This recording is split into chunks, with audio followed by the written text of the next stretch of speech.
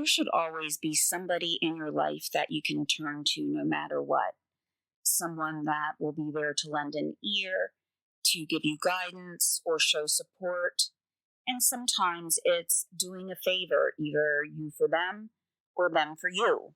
In a lot of families, when someone needs a babysitter, especially for an overnight stay, they feel most comfortable looking towards their family. And in many cases, it's to the family of a sibling. This is someone that you should be able to trust no matter what. And I'm sure that's what Victoria Harman was thinking when she dropped her son Luke Hill off at her sister Amanda Sewell's home. Amanda, along with her husband Kevin Sewell, had promised to watch 3-year-old Luke Hill for the evening so that Amanda and her fiancé Nick could go out for the evening. They probably had absolutely no qualms about dropping the young boy off at his aunt and uncle's. It would be an overnight stay, and it would give two young cousins a chance to play with each other and develop that bond that many cousins share, as Amanda and Luke also had a little boy. But what happened that night and parts of the next day was nothing short of horrific, to the point that I had to stop reading at times and even questioned about whether or not I could really describe everything that was happening to a 3-year-old.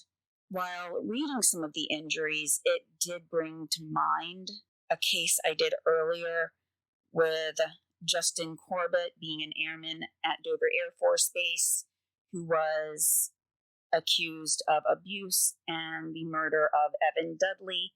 I'll leave a link to that episode, actually 2 episodes, in the description of the podcast.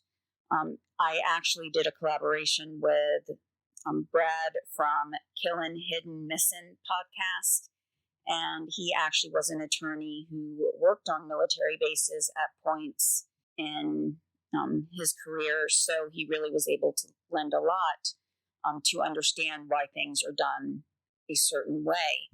But what it also shows is there's no shortage of these stories where children are entrusted to someone that a mother knows, feels that they can trust, and ultimately that child pays the price of adults' violent actions. That should serve as the content warning for today's episode. And today's episode will be about the death of Luke Hill. Hello, everybody. Welcome to Danger on Delmarva. My name is Rhonda Jefferson, and I'll be your host as we explore the dark and winding roads that lead around the Delmarva Peninsula. And in today's case, we'll be going across state lines from Maryland into Virginia. If you've previously listened to the podcast, you may have noticed that I started a little bit differently. And what I'm just trying to see, how it works with the flow of an episode is to give a little more information at the beginning about what I'll be talking about before, I kind of get into the podcast in general and then go back into the individual story. So if you're not familiar with Delmarva, we're a region on the east coast of the United States in the Mid-Atlantic region. We encompass all of Delaware, Maryland to the east of the Chesapeake Bay Bridge, and Virginia to the northeast of the Chesapeake Bay Bridge Tunnel. While in some stories I've gone back further, say into the 1800s, this episode will be pretty recent comparatively, having occurred in May of 2015, with the incidents happening specifically on May 2nd and May 3rd. And just a couple things that I want to go over before we get into the episode is, first, at the same time when this was going on, Kevin Sewell was a young man living in Pocomoke City, Maryland, 27 years old, at least at the time of one newspaper article in September of 2016. Well, in 2015, the police chief of Pocomoke City's name was Kelvin Sewell, with an L in the first name. And what I found is, as there was some controversy happening with the police chief at the time as well, some articles have some typos. I've seen the police chief Kelvin Sewell, his name spelled without the L, or with the L actually near the front of the name, Klevin, though that I think was really just a typo altogether. While most articles do spell his name correctly, there are some that refer to the police chief, but they're spelled as Kevin, not Calvin. So that's just something to keep an eye out if you do go and Google a name or the incident, and you have some pieces of information that seem to be talking about two different things. One may be about the police chief. Also, as with many victims of crimes, there's not as much known usually about them. We learn more about the killer or the attacker, depending on what the actual crime was. We find out more about the criminal themselves, not the actual victim. And especially when the victim is 3 years old, really at a time where they're coming into their own, developing their own personality, and really, to me, at the funnest time of their lives. I now have 2 teenagers, and, I look back at when they were this age, 3 years old approximately, and just how sometimes when they saw something new, the joy that they had, just those little things, and I miss that. So to imagine anyone being able to do some of the things that I'm going to discuss today is just unimaginable. And now the fact that it did involve family members just makes it so much harder to comprehend. Yet, statistically, with any crime, it's usually perpetrated by somebody that the victim knows. And this was a pretty close relationship, being aunt, uncle, nephew, and how it must have affected the whole family, kind of pitting the 2 sisters against each other to, on the one hand, say Luke's grandmother, mourning the loss of your grandchild, but then knowing that your other child was somehow involved. So we'll get into the details of that, but then also at what the long-term impact that this particular case had, and the duty of anybody in a situation to help prevent a crime or help bring a crime to someone's attention. What is that duty, and is there ever a time when that duty is waived? This case helped bring at least the Maryland statutes in line with technology as it's just getting more advanced, quicker and quicker, so that a lot of times legislation needs to keep up. And we'll see how that impacted this case, and then how this case has impacted clarification of those statutes going forward. If you do like the content, please share, like, subscribe, rate, just depending on whatever the podcast platform that you engage with, how they actually track your engagement. Different ones, you can follow or leave comments. Some you can't, but that helps build the listeners in the podcast as well.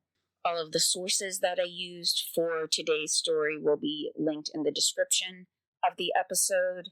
And while a lot of the information came primarily from some of the documents filed with a second appellate court's decision, I did also get more feedback and information about the case as the stories were coming out in the newspapers as well. But to get the specifics about the injuries, I did use case summaries and appellate decisions from the second appellate court to get those specific details about the injuries. So with that being said, let's get into the very sad and tragic case of Luke Hill. Victoria Harman and her fiancé Nick Miller had spent an evening together alone, probably assured that little Luke was being well taken care of by Victoria's sister Amanda. Nick and Victoria lived in Keller, Virginia, which is in Accomack County on the eastern shore of Delmarva. Now, just with my familiarity of the general region, they may have had to travel a little bit to get to either a club or a sit-down restaurant, just depending on exactly where they were in Virginia. But it would have made sense for the Sewells to keep Luke overnight. I know that when I go to certain areas of Accomack, it's usually for me to relax. But on the reverse side of that is, if you want to go to a restaurant or, like I said, other type of settings, you may have to travel a little bit, as even though I live in a town that is much bigger, I sometimes have to travel for certain things. And to find out a little bit about Keller itself, well, in 1980, the town boasted a population of 236. And in 1990, it was staying pretty steady at 235. There was a large dip in the 2000 census, with there only being 173 people, down by 26+%. There was a very small or very little ground recovered in 2010 with 178 people. In 2019, the population was 169, which means it would have dropped down by about 5% then. That means the town itself was pretty small. Amanda and Kevin lived in Pocomoke, Maryland, and you may see it listed as Pocomoke City. I usually just say Pocomoke. People say it's the friendliest town on the shore, but on May 2nd of 2015, Victoria Harman never knew that her son was not going to get a friendly welcome by his uncle. Pocomoke has just about 4,300 residents, so not a huge town, but definitely bigger than Keller. The drop-off to the Sewell's house happened at around 3 p.m., and as family members do, the sisters spent a moment or two catching up, but then Victoria and Nick went out for their evening alone. For the next couple of hours, Kevin Sewell played with his son and nephew until approximately 5. They had what I consider to be one of my favorite dinners, which is breakfast for dinner, enjoying eggs and sausage. Amanda did give her nephew a bath that evening, and she did testify that at the time she gave him that bath, she had made an observation that she had never seen him with bruises like that before. She said that he had a lot of bruises over his body, including, in areas of his face, his neck, and even including 2 black eyes. Well, it didn't say 2, but it used the words plural eyes, so it sounds like it was obvious on both eyes that there had been an injury, which, at least at that point, Amanda did not say that she questioned, at least at that particular point in time. He was seemingly feeling well and able to play, so she didn't really question anything, just kind of commented to herself that she noticed the bruises. That is, if her testimony is actually accurate. The next morning, Amanda did have to leave for her work at a restaurant. She had to leave at around 6:45 a.m., and so she got up early, and Kevin would be the children's caretaker throughout the rest of the day. This should not have been an issue, of course, as Kevin should have had his own experiences watching his own son while his wife was at work, and now he was watching his son play with his cousin. So really, it shouldn't have been too much for Kevin to be able to handle. However, things start to take a turn very quickly once the couple start texting back and forth to each other throughout the day while Amanda is at work.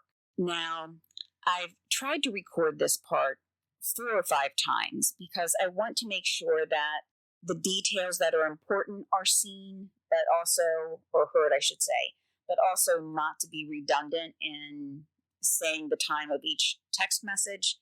So what I'm going to do is, instead of giving each timestamp, as there are a number of short ones, I will summarize the ones that are close together. So Kevin has 4 text messages at one point in less than a minute. I'll just kind of read them all together, but only mention if there's a big gap between the text messages. Beginning at 9:07, Amanda texts Kevin and asks if everything's okay. Kevin says, "Yeah, boo, he doesn't listen worth SH, but we're fine. I think Tori told me he breaks out from grass. I wonder if that's why his neck and chest are broke out." Amanda replies, "His ear is bruised." Kevin says, "Yeah, it sure is. Maybe him and," their son's name is redacted, "were roughhousing." Amanda says, "He's very skittish." Kevin, "Yeah, he is, I've noticed. Why though? And then 6 minutes later, he threw up on our sheets. Kevin then says their daughter's name was sleeping and Luke started screaming. So Kevin says he made him lay down and continues, then he threw up on our bed. Amanda, nice, strip the bed and put what you can in the washer, please. Kevin agrees. And then at 10:12, Amanda asked how Kevin is doing. He says, good boo-boo. Amanda, you going with me to take him home? And there's a delay in response by about 50 minutes, or actually more than an hour. So Amanda sends a couple of question marks, and then Kevin says at 11:44, I thought you were taking him tomorrow. And then at 12:05, what time are you getting off? Amanda replies today, which looks like it's about when she's taking him home, and then also replies 1:30 as far as when she's getting off. Kevin says, okay, that's fine, because he's acting like an effing a-hole, so he's calling a 3-year-old that. He ignores you like he's, word redacted here. It's not redacted on the forms, but I'm not going to say it. He's thrown up twice, and all he does is whine. This is the last time. The other thing I've been entertained by is him running around saying, kind of redacted for content, he starts clapping and looking for high fives. Amanda, WTF? You going to do the yard while I'm gone? And after a delay, Amanda sends another question. Kevin, I don't know, maybe. This has been a day from hell. He's finally asleep in our room. Please get me a bottle. This has been a day from hell. Please. Amanda at 1:31 says okay, but then follows up by saying she'll be off around 2 then. Kevin says okay, and then at 2:18, is it too late for you to get me a shot too? If so, it's fine. I can run out. I'll give you the money. Oh, I'm sorry. Then Amanda says, I'll give you the money. I'm still at work. Kevin says, okay, I have money. And this ends their first kind of set of texts, I guess you would say. These all happened before Amanda got off work. So this was between when she left and when she got off work. The last text from that time period was at 2:19. And though it's not stated what time she got home, it would have had to have been sometime after that point, presumably. When she got to the house, the plan was that Amanda would drive Luke back to Victoria's house. And so once she did get home from work, she says that she saw Luke was laying down on the bed and covered up with a blanket. She went into her room, which is where he was. She felt, and it seemed like he was just asleep to her, but she was able to change his clothes without waking him up. Then by 3:16, she was on the road again, as that's when we see she starts to text Kevin again. Or actually, he initiates the first text. And I have to question exactly how long there was between when she left and when he first texted her. I just have questions later on that, I don't know, to me, they just make me really wonder what a motivation was here. But at 3:16, Kevin says, hey, I love you, be careful, don't tell him I bit him back, LOL, blame. And Kevin says to blame their son. I didn't even bite him hard, but apparently he bruises easy. Amanda replies, I told her he had bruises, so I'll just say they were already there. I love you too. Kevin says, I'm glad we have a day off together. Well, he bit the SH out of me. How else will he learn not to bite? Amanda says, right, and then follows it up by saying, I only get on you because I know you can do better. Kevin says, I'd be more concerned about all the bruises. Once she does get to her sister's home, Victoria comes out of the house and goes to the car to see her little boy. He was sitting in the back of Amanda's car and was on in a booster seat. However, when Victoria went to get him out, he did not respond. I cannot imagine what must have been going through her mind. Now, it was very obvious at that point that something was very wrong with Luke. They did find that he had a large knot on his head, so it was obvious he had experienced some type of head injury. Now, this was along with the bite that Kevin was talking about, and even though Luke was still breathing, it was described as sounding like a rattle. So when I read that, just automatically the sound of kind of the congestion or the phlegm when you have a respiratory infection. That's what came to mind, but it probably even sounded thicker. Victoria's fiance, Nick, got to the car and got Luke out. Victoria hastily called emergency services, and after Nick had been able to pull him out and put him on the ground, he ran over to a neighbor's house who he knew was an EMT to try to get that neighbor to lend assistance, and he was just getting home, from what I read in newspaper articles. Luke was transported to a local hospital, but they could see that he really needed more help than they could provide. He was flown to King's Daughters Hospital in Norfolk and taken to surgery.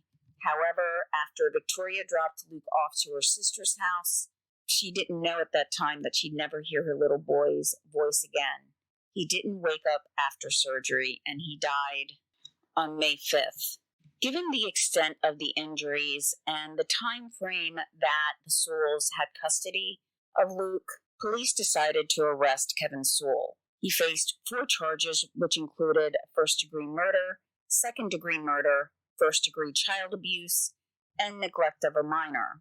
Amanda herself was not out of the woods either. She was facing charges of neglect of a minor and also first-degree child abuse resulting in death. But that charge really wasn't able to stick to what they could prove, as well as there was some, I guess you would say, exchanges going on that we'll talk about a little bit more going forward. The injuries that I'm about to go over that led to the decision to charge murder and child abuse were provided from a Dr. Suzanne Starling, who did work at Children's Hospital of the King's Daughters, and she specializes in the child abuse recognition. So she was working at the hospital at the time of Luke's admission. She was the medical director of the child abuse program there. So she had access to his records and the injuries that he received, as well as another doctor who was quoted through some newspaper articles, and that was Dr. Wendy Gunther. To say that Luke was covered in bruises was not hyperbole or an exaggeration. It sounded like almost from head to toe that the little boy had bruises. So here are some of the things that I'm going to list. It doesn't cover everything, as it was estimated that he had somewhere between 40 and 50 injuries. Some of the bruises could have even been overlapping.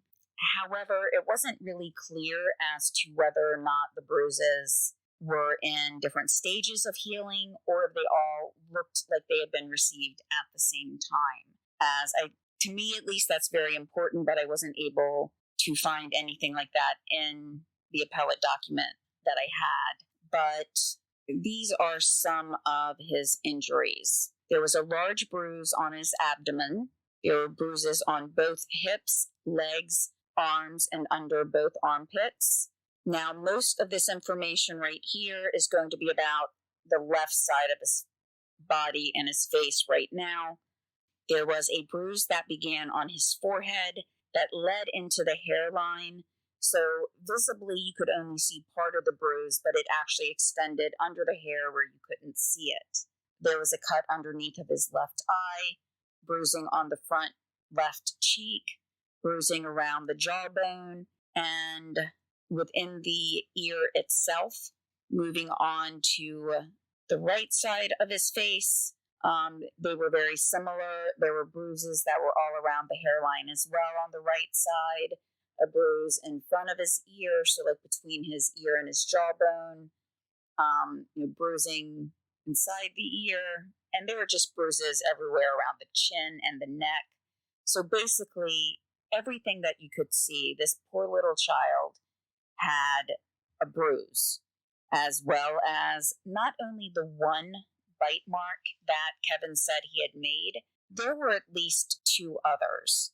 There was a bite mark on his right shoulder, his left shoulder, and his forearm. So this was definitely more than what Kevin had just hinted at in his text message. From the text messages, it sounds like it was one bite, but kind of going back and reading them, it doesn't really say whether it was just, could he have done it more times than once, like say later in the day or maybe even previously or the previous night. And Amanda had known about 2 of them, but they were only talking about the one in the text messages when she was driving. I don't know, but there were at least 3 bites that were adult-size bites, so not ones that their children would have made.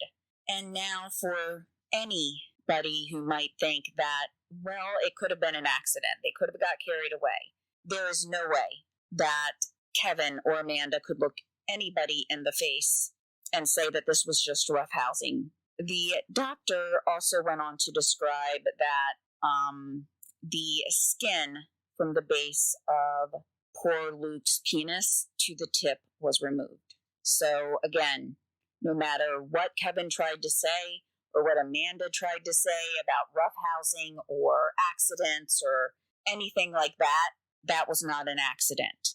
But also what was brought to attention by the doctor's testimony was the head injury was severe. Based on the head injury, they couldn't see that Luke would have been able to function, for any amount of time based on the head injuries that he had. And what he did have was akin to almost like shaken baby syndrome. Yes, Luke was 3, he wasn't an infant, but it was the same type of trauma. It was like his head had been shaken, and that created, the swelling and the head injury in which he was not able to recover from. Also, some of the injuries indicated that they were control injuries. So, like ways that Kevin would have grasped Luke to hold him or to force him in a different direction, just some way to control the little boy. In the text messages, the first ones that Amanda and Luke were sending back and forth, it's mentioned that Luke was not eating right or that he didn't feel well. And that might be if you've taken a very hard blow to the stomach. So with all of this together, the doctors thought that he probably would not have gotten those injuries any time prior to breakfast of that day, the 3rd. Not the 2nd when he was brought over to Luke and Amanda's house, but the day on which he was returned to his mother's house on the 3rd. This is important because it leaves no doubt to the fact that it was not something that happened, while he could have been in the care of Victoria or Nick. It had to have been at a time when he was, in the care of Amanda and Luke. Eventually, Kevin was found guilty of first-degree murder, first-degree child abuse, and neglect of a minor. Amanda pled guilty to neglect of a minor. She got 4 years in prison for that. Luke was given life without parole. However, there's something in the U.S., probably in many other countries as well, called spousal privilege. And what this is meant to do is to allow communication to take place between 2 spouses, and that communication be confidential. But this spousal privilege and how it's applied can vary state by state. The trial would be taking place in Maryland, as that is where the actual crimes took place, even though Luke was taken out of the vehicle and taken to a hospital in Virginia. While those aspects did happen in Virginia, he had actually been abused in Maryland. So they were the ones who tried the case. And the application of spousal privilege is what led to a delay in there actually being a finalized verdict in this case. And looking at it legally, I can understand why his attorneys would need to bring it up. The attorneys are there to do a job, but it really makes me question how really there could be any dispute about what should have been done and what testimony could have been applied in this case. So the communication that was in question were those text messages. Sewell's attorneys filed an appeal disputing that the actual text messages, that they should not have been allowed to be entered into evidence. This had been brought out during the trial but the judge did narrowly interpret the spousal privilege laws and allowed the text messages to be admitted. However, the first appellate court that Sewell went to, the way it would normally work, they overruled the judge in the normal case, and they sent the case back for retrial. However, the prosecutor, the state's attorney, they filed an appeal as well. And the information that I'm going to provide from now on is from that second court, unless I say otherwise, because it was the second appellate court's decision that really stuck and what helped clarify the rules for spousal privilege and even what is duty, the duty of an average citizen to try to protect a child. Then you throw in the fact that these were text messages, which some laws are still trying to catch up to, even though this was 2015 when the murder happened. All of these were things that led to the text messages to be questioned. So first, let's take a look about the privilege itself. First of all, it's not that everything is automatically confidential.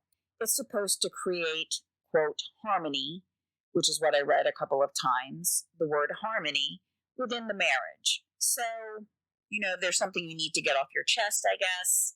You can say it to your spouse without worrying about them just running to the police. And we see this on TV shows, on movies, where it seems like spousal privilege is invoked and then that's it. And there has to be a lot of fighting and, briefs filed and everything about whether or not privilege should apply or not. The state of Maryland, they looked at privilege very, very narrowly. And what I mean by that is they didn't look at it that every word you say to your spouse is 100% covered.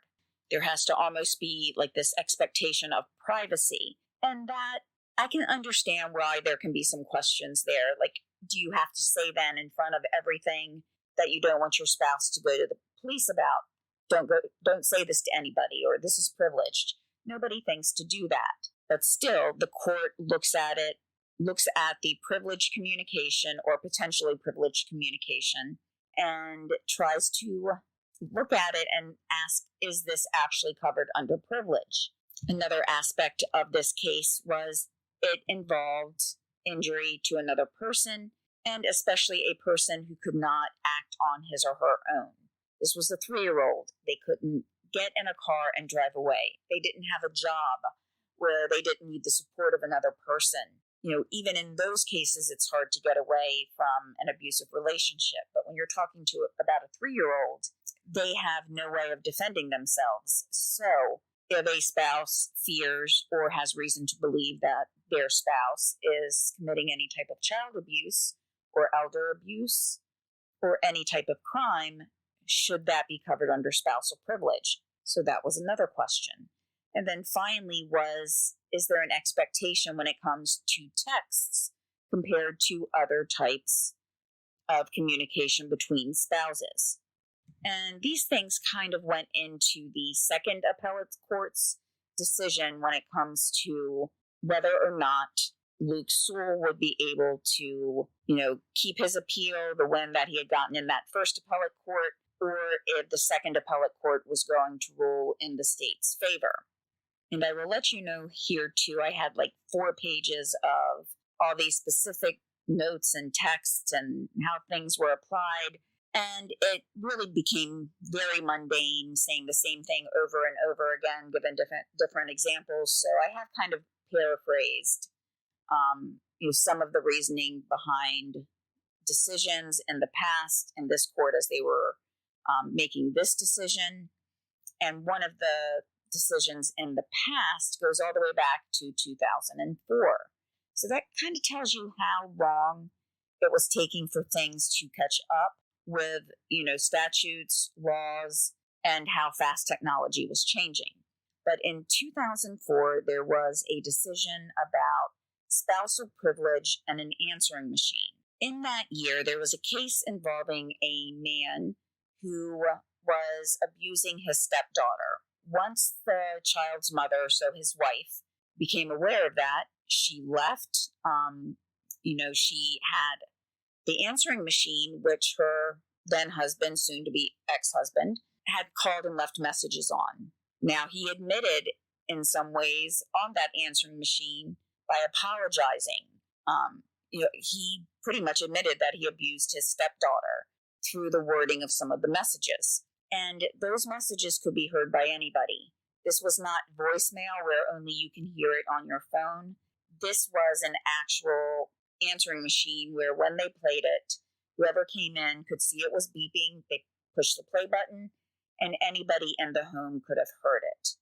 And so because of that, communication was deemed to be non-privileged. He had no expectation of privacy in that because he was leaving it on a machine that he had no way of knowing who had access to that machine. So the stepdaughter that he was abusing possibly could have heard it. Anybody who was in the home when they pushed play could have heard it. So that was a knock against Sewell's win in the appeal. But one has to ask, okay, this is an answering machine.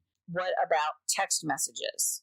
The court did decide that there was no expectation of privacy within those text messages. From a legal standpoint, I did have a hard time kind of wrapping my head around this because the only person who knows my passcode to my phone is my husband. And that's just to say look at pictures or something. He doesn't have the passcode to any of my accounts, nothing like that. So if he were to, unlock my phone, he could just pretty much see some pictures, maybe go onto Facebook. But on the other hand, I've helped him set up things online, so I know more of his information than he knows of mine. So, okay, are there different degrees of privilege or confidentiality depending on what spouses do on their phones? Or is there just, one blanket statement that needs to be, clarified as to whether or not things on your cell phone are deemed private or not? Apparently, the courts in this instance decided that the text messages did not have that expectation of privacy.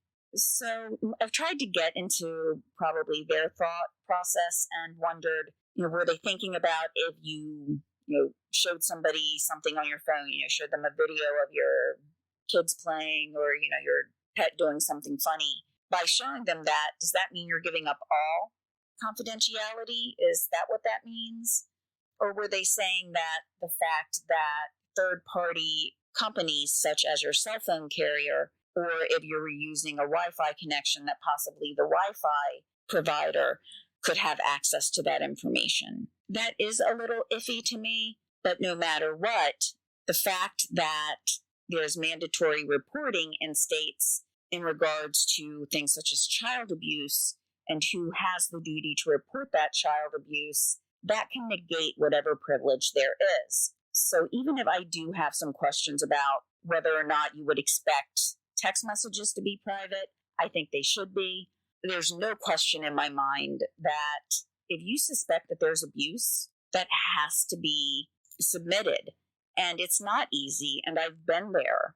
I have, and it was something that brought me to tears. But when you suspect something or you have a concern about somebody who's innocent and powerless to do anything against some type of abuse, and, I'm not just saying children, but elder abuse, vulnerable people who, may be more at risk for any type of abuse, we have a duty to speak up.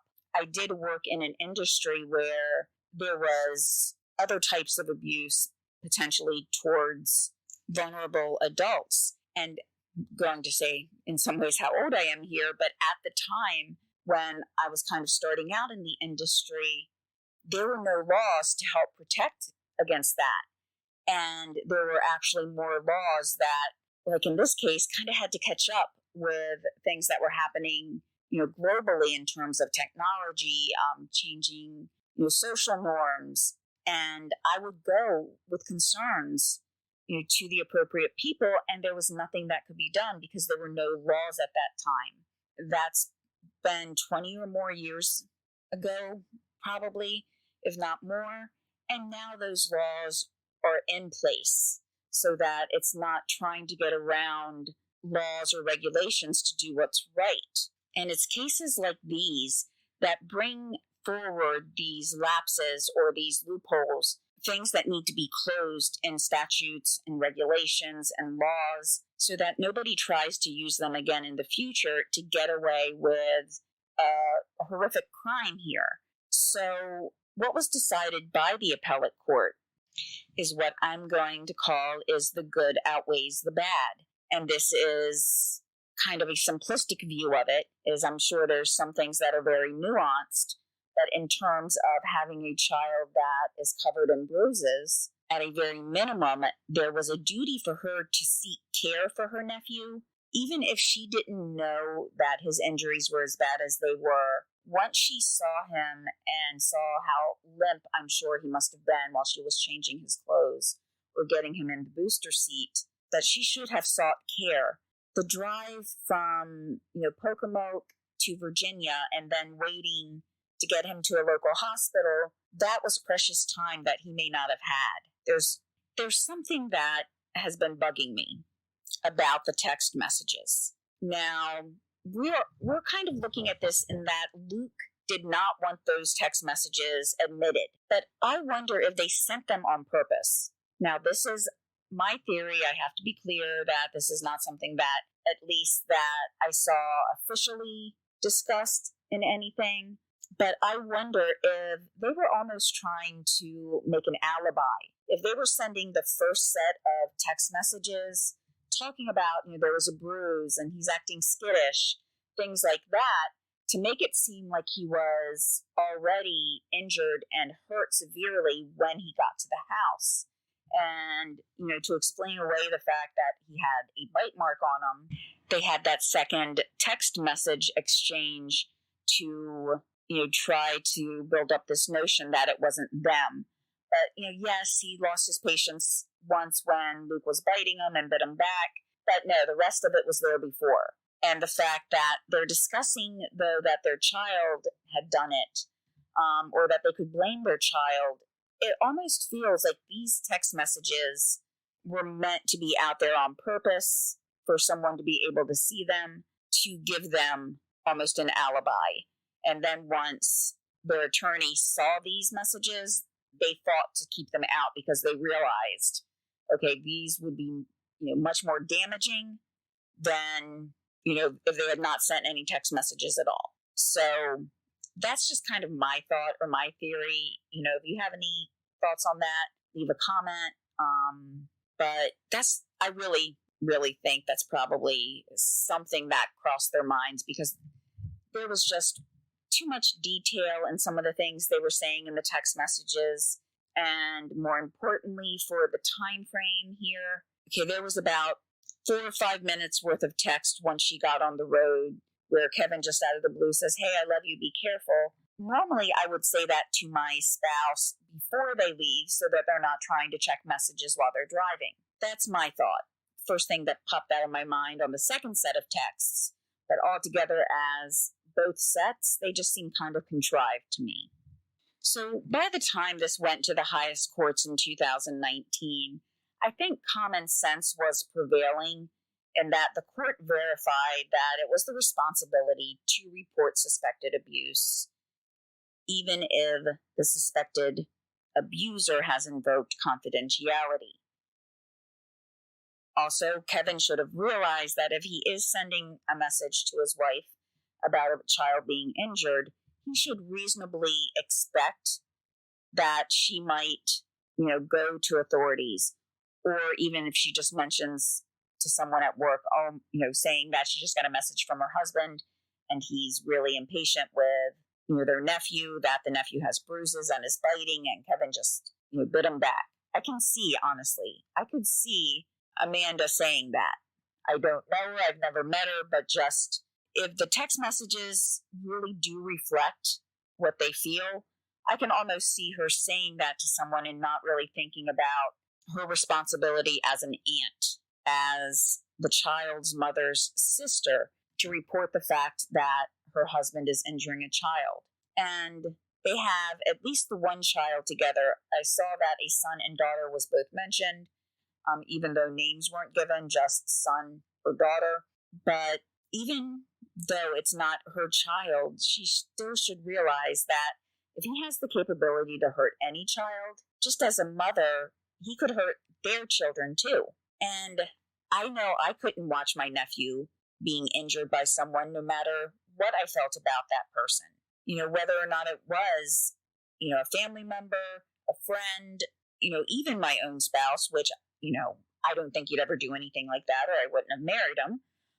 But it doesn't matter if they're hurting a child, you report it.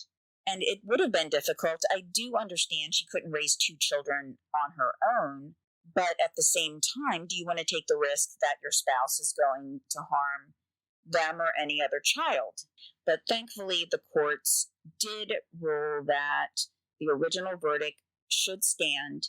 And so Sewell was basically remanded back down to the lower courts so that he could begin the sentencing process, which he did get life in prison without the possibility of parole. So overall, I think the assumption that we should look at privilege with is that protection trumps everything else. So whether it's a vulnerable adult, a child, if you see abuse going on, we hear it. It's a saying that says, see something, say something. I know the system is not perfect. I see way too many cases where either children are left in homes where they shouldn't be, or in other cases of a pretty high profile case that I've been following from when I first heard about it. So for 3 or 4 years now, at least, where a child was taken away when she shouldn't have been. And there was medical documentation behind the fact that she should not have been taken, but she was, and that caused the breakdown of the family as well. So there's definitely improvements that need to be made across the board, starting from, from the very beginning, when you become a parent, when you become an adult, while you're going through school. At all these stages, we should be preparing people, for the next stages in life. What are their duties as, a member of society as a whole, as a parent, once they get to that point in their life, if they choose to become a parent. We need to start earlier, in my opinion, and I know it's not going to catch, everybody. There's always going to be people out there who are violent, who are angry, who, they don't try to control their anger, or they're unable to control their anger. But if we try to get ahead of things, with recognizing signs earlier, with people not being afraid to report cases of abuse, and just what I'm a big proponent of is, just teaching some things in schools to help people be more prepared to face life and better able to cope with challenges, so that hopefully they never get to a point where they're so mad that they're taking it out on other people, much less someone who is defenseless. But that's just my thought. But to finish up, a few other thoughts that I kind of had throughout the case was probably the first thing that jumped out to me with the injuries, and I think I probably touched on it when I discussed it, was about the 2 black eyes. And it's like, if I see any child with 2 black eyes where I'm talking to the parent, I would probably be something like, hey, what happened there? Did you, what happened to cause your eyes to look like that? And try to get some information, because you don't know how a child could get 2 black eyes. A head injury might bring it about, but then if there's a head injury, have they been seen by a medical professional? So why didn't Amanda worry about those 2 black eyes originally? Because there just doesn't seem to be much of a reaction from her until she's actually texting back and forth with her husband. That's another reason why I think maybe those messages were contrived, because that's not something I would normally text back and forth to someone. It's something I would want to discuss with and get an immediate response about. Not, okay, well, they're going to text me whenever they feel like it. And then just another thing I wish I had more information about was, what about his neck breaking out? A lot of the medical information was about bruising around the neck, but I didn't really see anything about, his neck breaking out. So I wonder if maybe he even had some type of burns, like a chemical burn or carpet burn. That wasn't mentioned, so I do think that would have been mentioned by the doctors if that was on there. But I wonder what they were trying to point out or cover up, if there was anything at all that they were trying, to point out or cover up. Or was it there's something really there that was breaking out? It's just something that to me that was left kind of unexplained.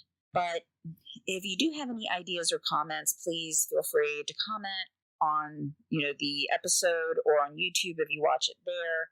It just gets very overwhelming to know that people can do something like this to someone so much smaller than them, and he was a parent himself. Amanda was a parent. How could they look at this little child and not wonder, what would happen if that was their child? How would they feel if it was their child? It just seems like the only thing they had in mind was covering themselves and not worrying about taking care of little Luke. So my heart really goes out to the rest of Luke's family, not his aunt and uncle, of course, and also, to Luke and Amanda's kid. Kevin and Amanda's kids, because they're left without their parents for an amount of time, their mother for at least 4 years, which frankly, I think she shouldn't have full custody of them ever, maybe visitation, supervised, but not custody, and their father's in jail for the rest of his life. So that's so many people who've been affected, harmed, devastated by Luke's death, not to mention what he could have given the world. That's always something we don't know. Could he have been, a great doctor, scientist, author, someone who brought about change into the world, into his community. Even just changing one person's life is something to be proud of if you change their lives in a positive way. And he could have done that, and we never know. And in any case at all, whether it involves someone dying, and even the person who perpetrated the crime, they could have had potential that they're not going to live up to. Just the loss of potential as well is such a loss to everybody that he would have touched. I know I could probably go on and on about this because I've been thinking about this case for weeks now. I did take a pause when I read the injuries, and as you know, if you've listened to previous episodes, it's not been a great year, and my dad is back in cancer treatment and was back to the hospital a couple times this past week.